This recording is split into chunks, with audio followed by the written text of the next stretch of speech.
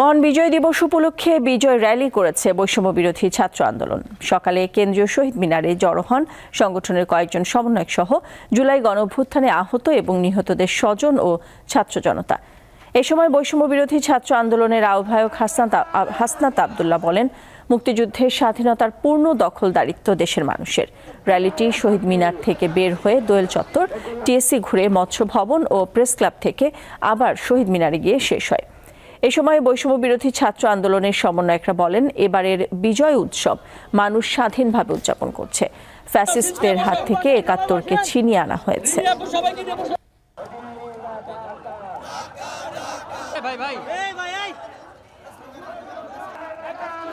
মোদি দাবি করেছেন যে এই যুদ্ধটা এটা শুধু ভারতের একটা যুদ্ধ ছিল এবং এটাকে তারা ভারতের স্বাধীনতা দিবস হিসেবে আজকে পালন করছে।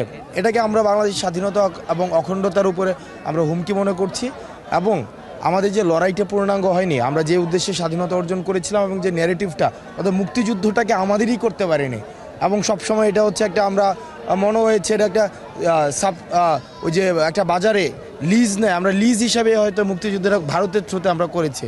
আমরা এই মুক্তিযুদ্ধের সম্পূর্ণ দখলদারিত্ব চাই, আমরা স্বাধীনতার পূর্ণ অধিকার চাই।